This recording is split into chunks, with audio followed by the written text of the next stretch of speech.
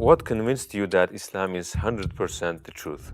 For me, the big thing was looking into the authenticity of the text. That was something that was important to me from the beginning. And so I was very concerned about, okay, is this actually what the Creator said? Is this actually what the Prophet Muhammad ﷺ was given? I knew the changes that happened in the Bible. I knew that different things were added and subtracted and reinterpreted over the hundreds of years. Was it the same in Islam? What about the Hadith? How certain can we be that the Hadith are actually things that the Prophet ﷺ said himself? But I got to a point quickly when I looked into those things, I was like, wow, yes, they take authenticity really, really seriously. I think you can even just tell the difference in attitude. If you try to talk about authenticity with a Christian, it's like they look at you like you're speaking French. Like, what are you talking about? Like, it's not even on their radar about what authenticity would look like. How would we know? How would we be able to tell this book is actually preserved and this book isn't? They'll just say, well, you can't have such high standards. You know, if you have standards like that, you'll never accept anything. And we'll say, no, actually we'll accept the Quran because of the Quran, we actually know the names of the narrators that pass down the riwayat or the qira'at of the Quran. We can go to the manuscript evidence. There's over 50 manuscripts that can be carbon dated back to the time of the Prophet ﷺ,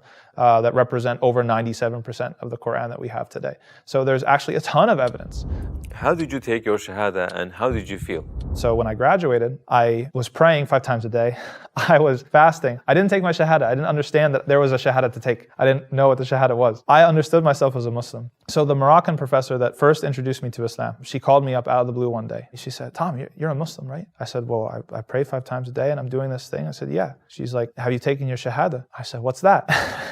She said, she was giving at a conference in Philadelphia. She said, come over to one of the masjids here and take your Shahada. I said, okay. So we all got in the car, me and my wife, and at that point we had given birth. We had our first son, and we went over to the masjid in Philadelphia and went down to a basement, and I said the Shahada for the first time. The feeling was kind of mixed because this was not a place that I had any connection to before. I kind of flew in blind. And knowing what I know now as an Imam, I can criticize the way that they did it because they took me down to a basement alone with one person. I didn't know who he was, what his name was. Was he the Imam? I don't think he was. And he kind of just said a few general things about Islam, and then I took the Shahada, and that was it. I never heard from that person again. I didn't exchange numbers, nothing. So I had absolutely I was just on my own. Person got the Shahada, point in the bag, and that's it. The other thing that was problematic was, I think the attitude that a lot of people have towards new Muslims and their families. So as I mentioned, my wife was not yet a Muslim, and